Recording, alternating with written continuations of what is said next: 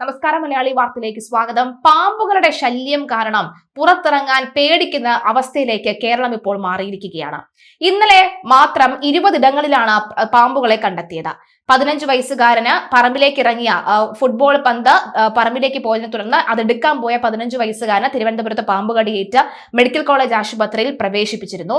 പിന്നാലെ തന്നെ ചില ദൃശ്യങ്ങൾ പുറത്തു വരുന്നതനുസരിച്ച് നോക്കുകയാണെങ്കിൽ തിരുവനന്തപുരത്തെ പോലീസ് ട്രെയിനിങ് കോളേജിൽ പരേഡ് നടക്കുന്നതിനിടയിൽ പെട്ടെന്ന് ഒരു പാമ്പ് ഇഴഞ്ഞു വരികയും പോലീസ് ഉദ്യോഗസ്ഥർ ഈ സല്യൂട്ട് അടിച്ച് പരേഡ് നടത്തിക്കൊണ്ടിരുന്ന പോലീസ് ഉദ്യോഗസ്ഥർ എല്ലാവരും തന്നെ ചിതറി ഓടിപ്പോവുകയും ചെയ്തു. എന്നാൽ പിന്നീടാണ് അത് പാമ്പല്ല ചേരയാണ് എന്ന് മനസ്സിലാകുന്നത്.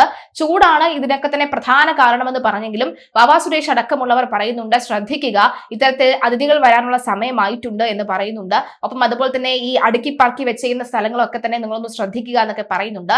വാവാ സുരേഷിനെതിരെയും സമൂഹ മാധ്യമങ്ങൾ രൂക്ഷമായ വിമർശനം ഒരു ഘട്ടത്തിൽ നടക്കുന്നുണ്ട്. അതായത് അദ്ദേഹം പൊതുവെ ഈ പാമ്പുകളെ കൊല്ലാറില്ല.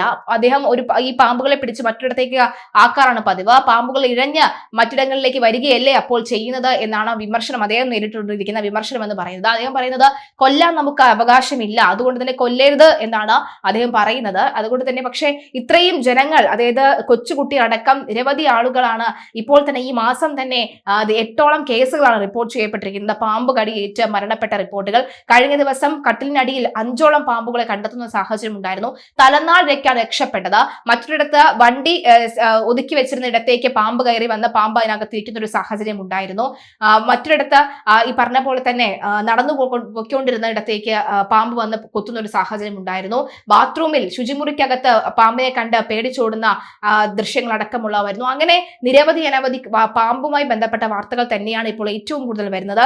നമ്മൾ ശ്രദ്ധിക്കുക, കാരണം നമ്മുടെ വീട്ടിലേക്കും ഇത് വരാനുള്ള സാധ്യത വളരെ കൂടുതലാണ് എന്നുള്ളതാണ്. അതുകൊണ്ട് തന്നെ എല്ലാവരും ശ്രദ്ധയോടുകൂടി കാര്യങ്ങൾ മാത്രം മുന്നോട്ട് പോകുക. പുറത്തേക്ക് രാത്രിയൊക്കെ ഇറങ്ങുകയാണെങ്കിൽ കൃത്യമായും ടോർച്ച് കയ്യിൽ കരുതുക. വെളിച്ചമില്ലെന്നുണ്ടെങ്കിൽ ടോർച്ച് കയ്യിൽ കരുതി ഒരാളെ കൂടെ കൂട്ടി വേണം, ശബ്ദമുണ്ടാക്കി വേണം നടന്നു പോകാനായിട്ട് എന്നൊക്കെ തന്നെയുള്ള വിവരങ്ങൾ വരുന്നുണ്ട്. ഏതായാലും ശ്രദ്ധിക്കുക. എന്തായാലും പോലീസ് ക്വാർട്ടേഴ്സിലേക്ക്, പോലീസ് കോളേജിലെ ട്രെയിനിങ് കോളേജിലേക്ക് വന്ന ചേരയുടെ ദൃശ്യമാണ് ഇപ്പോൾ സമൂഹ മാധ്യമങ്ങളിൽ വൈറൽ.